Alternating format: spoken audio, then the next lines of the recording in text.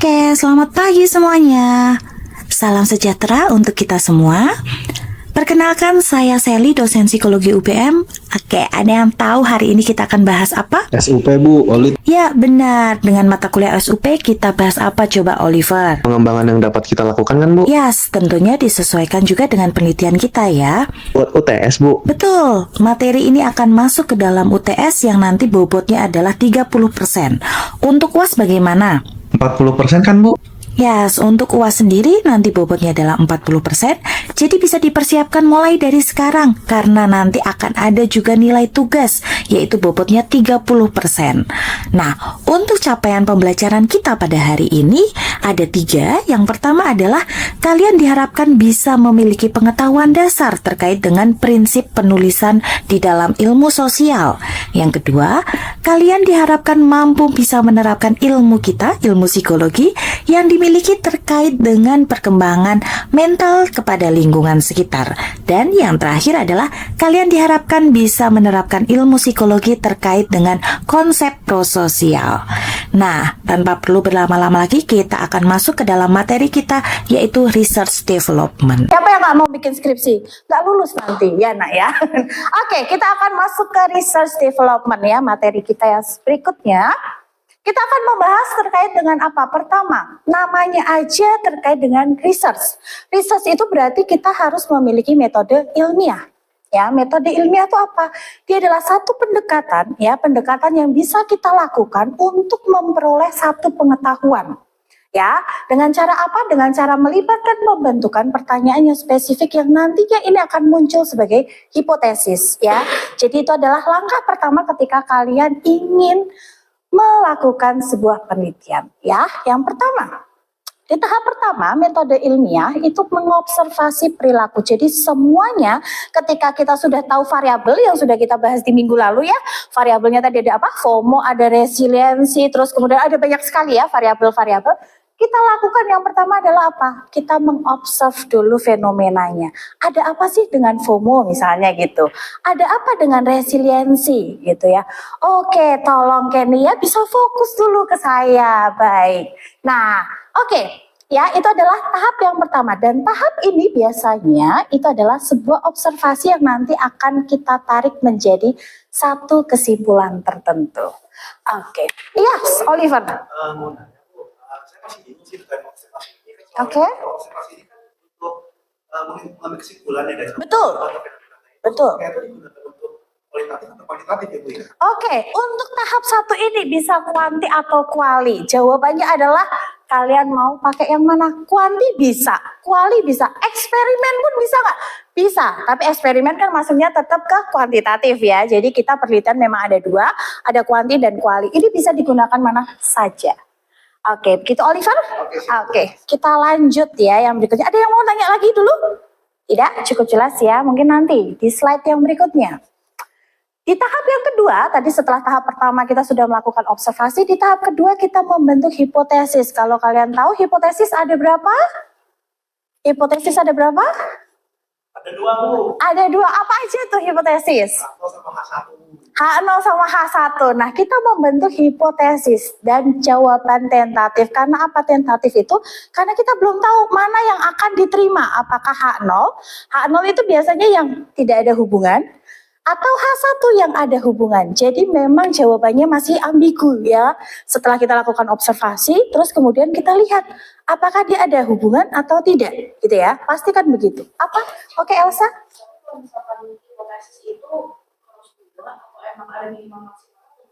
Oke, minimal hipotesis pasti 1, tapi 1 itu maksudnya adalah satu pasang. Yang tadi ya, satu pasang ada H0 dan H1. Jadi pasti ada yang diterima ataupun tidak diterima.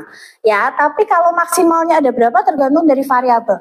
Contoh misalnya variabelnya ada 2, misalnya FOMO dan resiliensi. Berarti seharusnya untuk hipotesis ada berapa?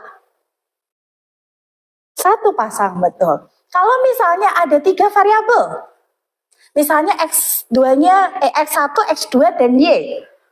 Berarti hipotesisnya harusnya ada berapa pasang?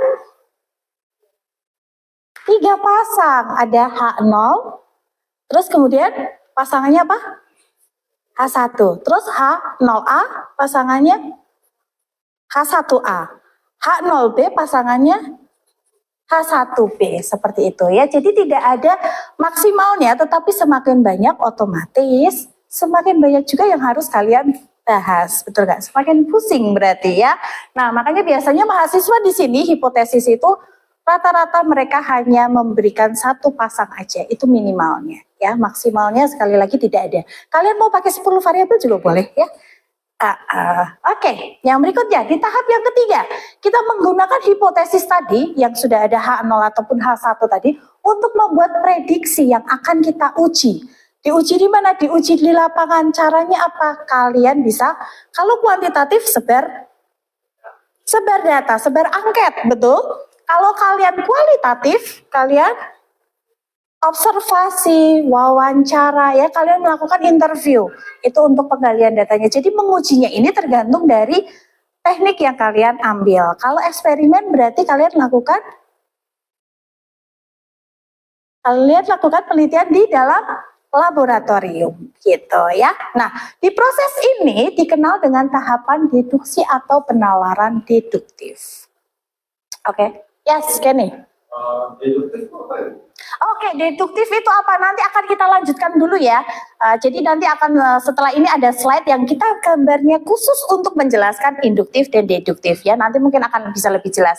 Kita keep dulu ya Kenny ya. Thank you tapi pertanyaannya. Oke, kita lanjut dulu di tahap yang keempat. Itu kita bisa mengevaluasi, memprediksi dengan membuat observasi yang terencana secara sistematis. Maksudnya apa di sini? Kita akan sudah mengambil data, terus kemudian kita akan membahas hasilnya itu seperti apa secara sistematis yang biasanya ini nanti akan masuk di dalam bab 4. Oke, Ahi.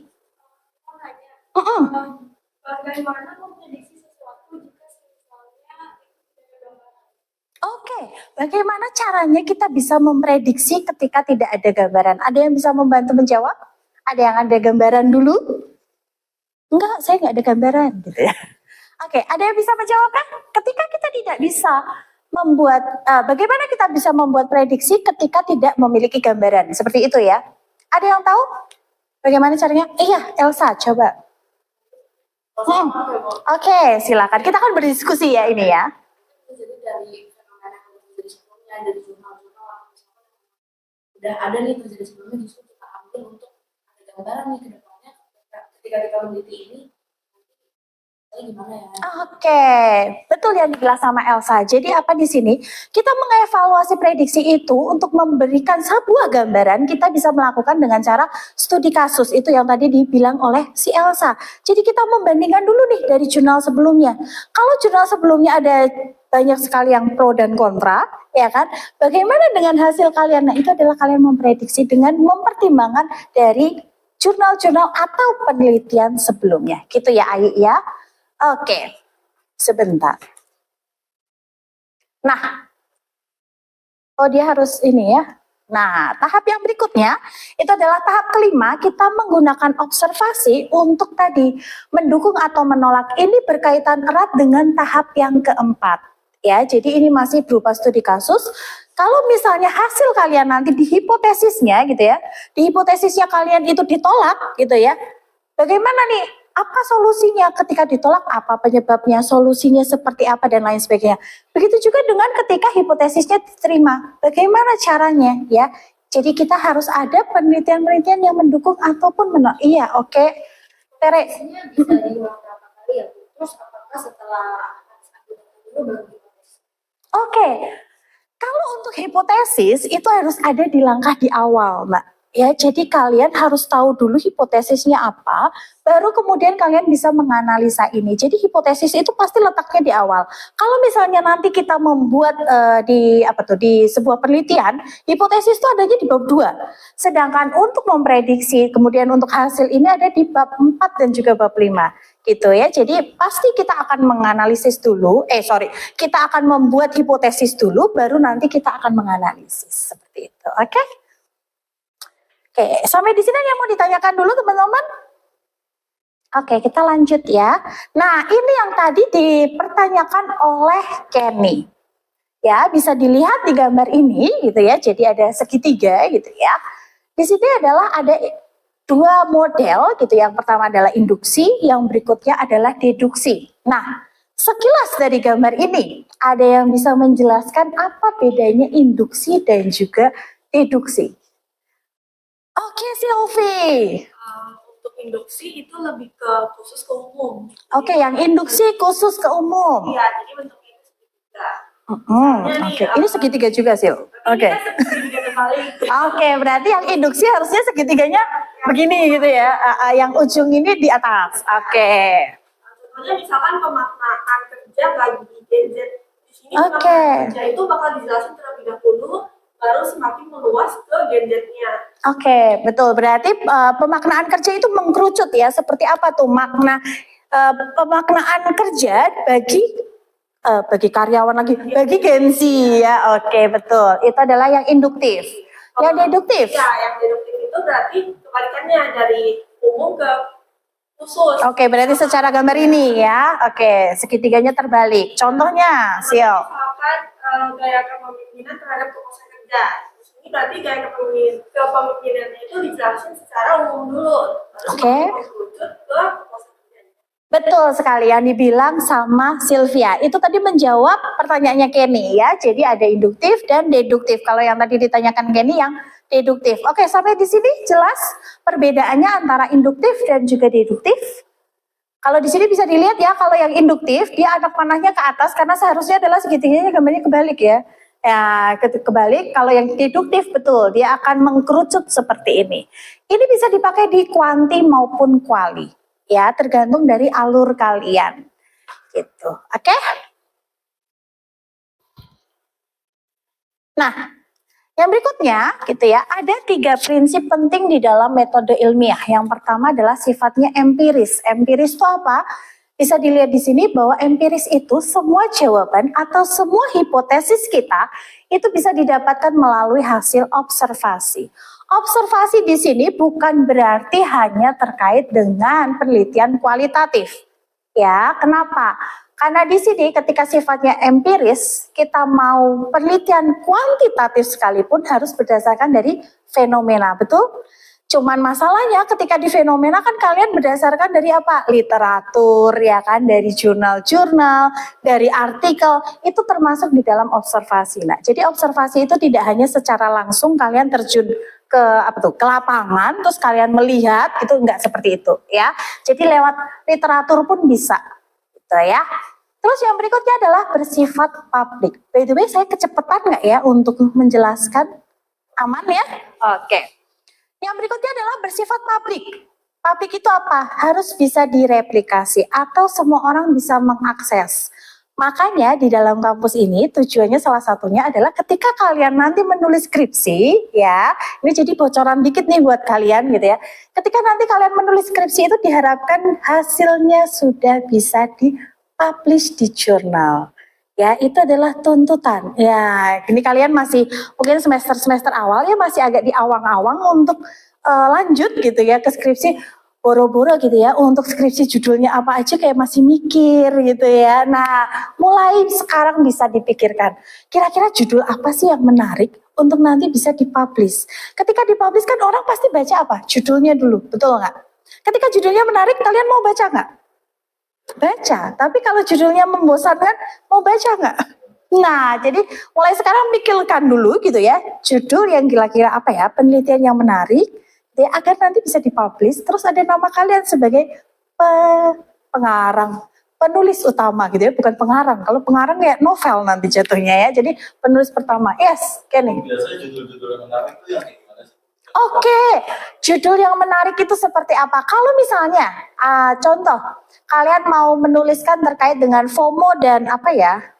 Misalnya FOMO terkait dengan apa? Impostor syndrome misalnya gitu. Orang tertarik nggak sama, ih apa sih itu FOMO? Apa sih itu impostor? Betul nggak? Ketika orang tertarik untuk mengetahui itu apa, dia akan otomatis membaca. Betul nggak? Beda halnya ketika misalnya gini, pengaruh, contoh pengaruh motivasi belajar pada Gen Z. Itu kan terlalu umum, betul nggak? Motivasi belajar itu semua orang sudah tahu apa itu motivasi, apalagi Gen Z. Kan subjeknya juga kurang apa ya, kurang mengkerucut gitu ya. Kecuali kalian mau bilang bahwa gini, motivasi belajar pada salah satu penderita tunarungu misalnya gitu kan, tidak semua subjek mengalami itu, betul nggak? Orang akan tertarik, oh ada apa sih dengan para tunarungu ini, bagaimana mereka bisa mengikuti untuk pembelajaran dan lain sebagainya. Jadi judul yang menarik adalah ketika kita itu begitu baca langsung muncul ada pertanyaan-pertanyaan di otak kita, ada apa, kenapa, dan mengapa gitu. Oke, nah ketika orang sudah tertarik untuk baca, otomatis ya dari judulnya itu otomatis kalian akan dibaca sampai akhir penelitiannya ya. Nah itu PR kalian nanti ya, kalian akan membuat judul yang menarik.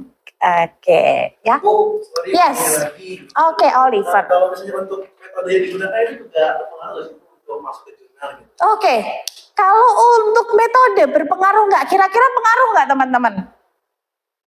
Ayo, pengaruh nggak untuk diterima atau tidaknya di dalam jurnal? Mungkin, bukan mungkin lagi, berpengaruh sekali. Kenapa? Kalau kalian perhatikan di jurnal-jurnal kebanyakan itu terkait dengan kuantitatif, betul nggak? Hubungan X dan Y, hubungan X dan Y, atau korelasinya ya, kalau nggak korelasi pakainya regresi, betul nggak? Antara X1, X2, dan Y, ya kan itu adalah templating sekali, betul nggak? Beda halnya ketika kalian mau melakukan apa? Yang jarang sekali di psikologi, eksperimen misalnya. Oke, tidak menutup kemungkinan dan itu adalah hal yang umum gitu ya, rahasia umum yang semua orang tahu bahwa eksperimen pasti mengeluarkan lebih banyak biaya. Tetapi ketika kalian membaca lebih menarik mana? Eksperimen atau kuanti? Murni kuanti. Eksperimen, karena apa? Ada apa gitu kan ya? Kita bisa, ini memang ya agak harus di step, perlu sentuhan dia. Nah, oke. Ketika misalnya kalian melakukan penelitian eksperimen, itu Mau nanya juga nih. oke, Jadi laboratory research ini sama kayak eksperimen nggak sih? mirip Kak. Iya. Ini kapan digunakan? Tapi kalau laboratori ini benar-benar dia di dalam lab, Mak. Benar-benar di dalam. Kalau eksperimen kan kalian bisa setting lingkungannya, bisa di luar, bisa di kelas, bisa macam-macam. Kalau laboratori ini iya. Laboratori ini dia lebih ke arah apa tuh? Benar-benar di dalam lab. Makanya seperti contoh tadi si Pavlov, terus kemudian Skinner yang dia melakukan penelitian. Makanya biasanya di sini itu penelitiannya bukan ke human. Karena kita melakukan settingnya terlalu banyak Iya, terlalu banyak yang harus diatur gitu, Mak. Oke, ada lagi yang mau ditanya? Iya. Nah, dia lagi loading. Baiklah. Nah, ini adalah pembahasan yang lain. Mungkin kalian bisa nanti sambil baca ya, Nak ya. Nah, sorry. Nah, ini ya. Nah, saya mungkin agak lebih cepat ya karena waktu kita terbatas ya. Kita hanya, 2 SKS aja gitu ya. Nah, yang berikutnya adalah untuk mendevelop, salah satunya adalah serendipity. Serendipity ini apa? Terjadi ketika kita dalam melakukan satu penelitian, entah kuanti maupun kuali, kita menemukan satu hal yang baru, yang tadi tidak terdapat di dalam hipotesis kita. Ya, dan itu tidak terduga karena apa? Berdasarkan dari kenyataan lapangan tiba-tiba ini muncul gitu ya. Nah, ada yang bisa ngasih tahu nggak contoh serendipity itu apa? Ada yang bisa kasih contoh? Oke, coba C. Mungkin dari menurut aku dari penelitian kuanti dulu ya. Kalau dari penelitian kuanti mungkin terkadang dapat dalam suatu penelitian itu dapat hasil data yang kurang normal kira-kira. Oke, hasil data kurang Itu normal. mungkin terjadi karena mungkin mereka nggak sama nggak jawab. Oke, karena ini ya cara ngisi respondennya. Nah mungkin hal yang perlu kita lakukan mungkin untuk mengganti atau mengubah data yang baru lagi. Mungkin bukan mengganti, maksud kamu adalah mencari mungkin. Mencari lagi data, mencari responden yang tepat sesuai dengan karakteristik sampling. Itu bisa. Ya, atau mungkin dari sisi itu tadi sisi kuanti ya, sisi kualitatif ada yang mau mungkin memberikan masukan atau contoh? Oke, boleh Kenny. Kita kan waktu itu kan udah ngelewatin Ya. yang di Oxford waktu itu kan dikasih topik-topik khusus. Waktu itu pas wawancara tiba-tiba saya kan nggak bisa ngomong sampai. Betul.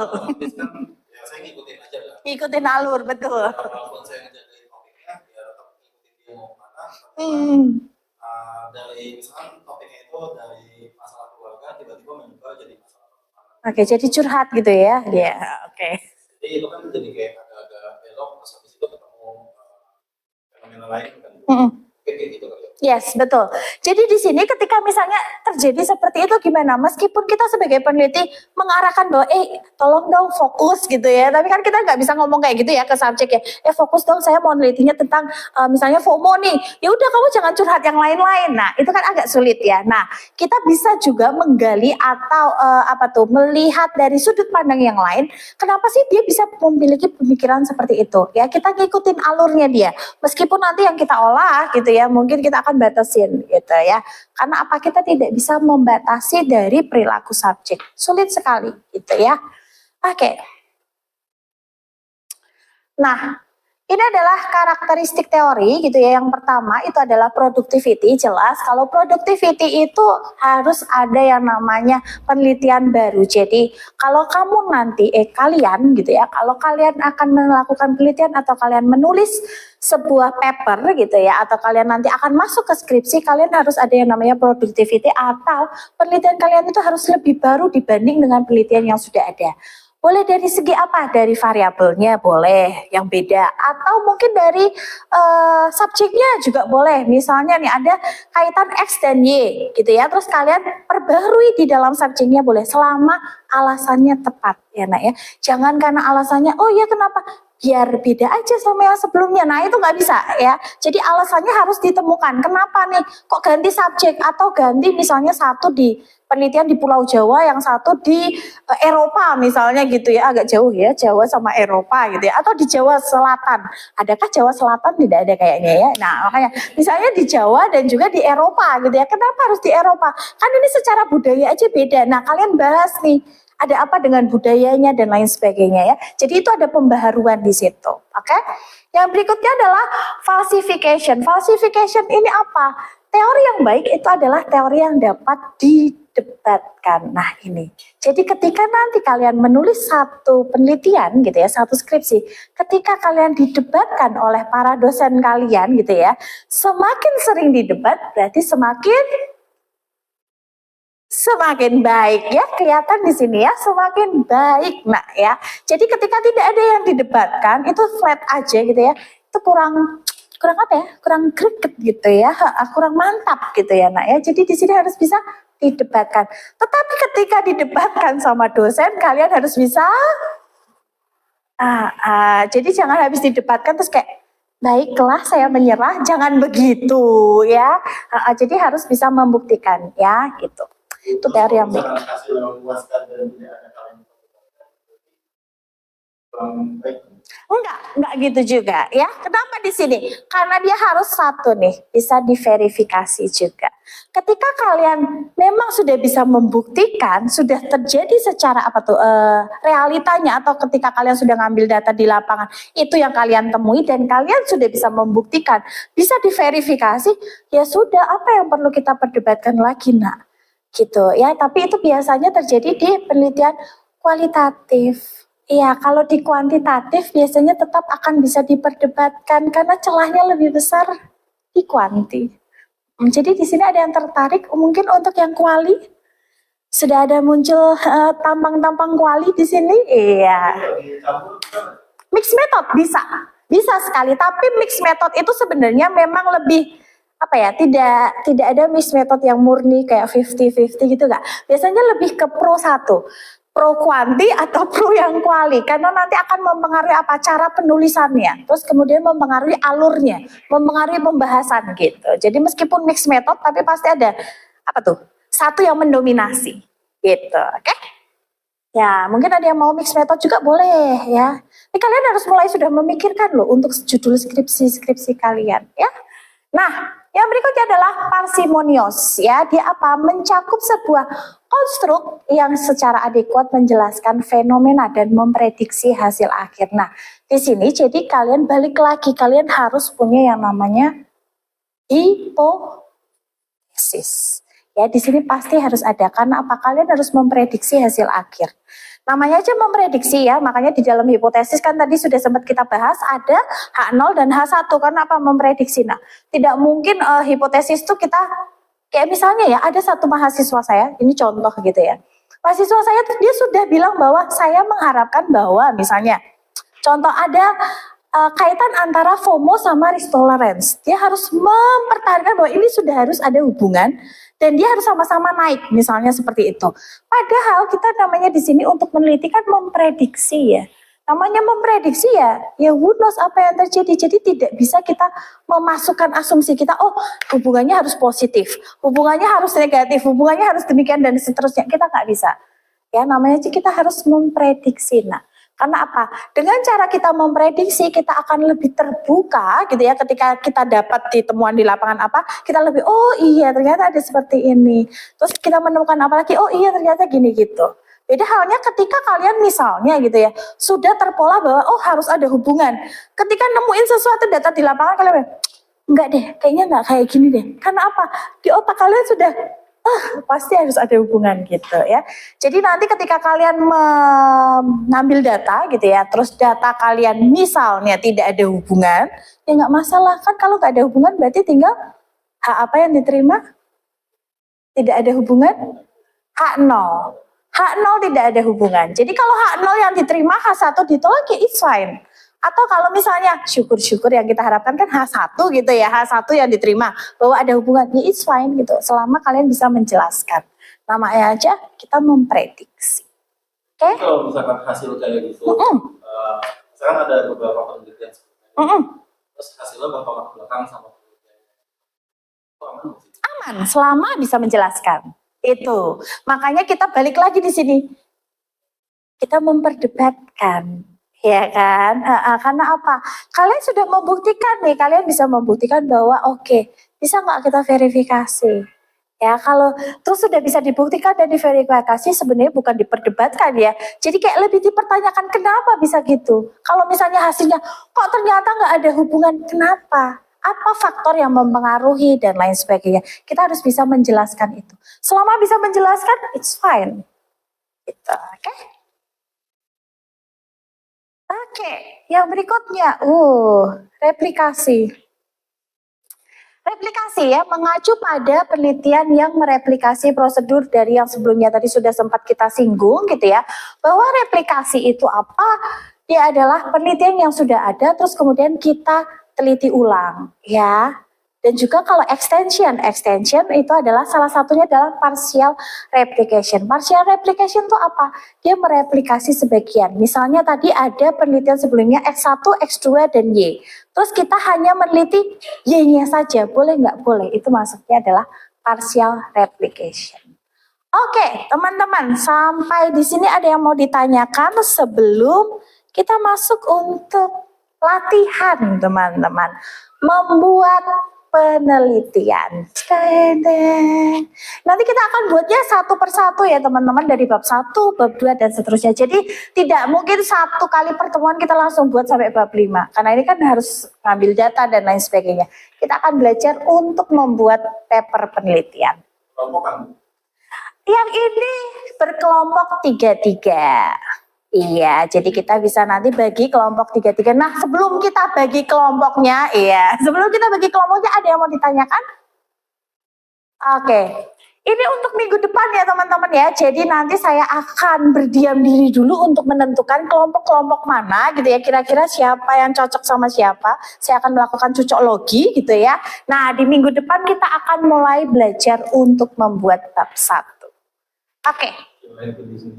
Jangan dong, kalau pilih sendiri nanti kasihan ada yang mungkin ada anak-anak tertentu yang tidak dilibatkan. Kalau mau sendiri boleh, single fighter silahkan. Tapi iya, kalau mau pilih sendiri enggak. Mau eksperimen boleh.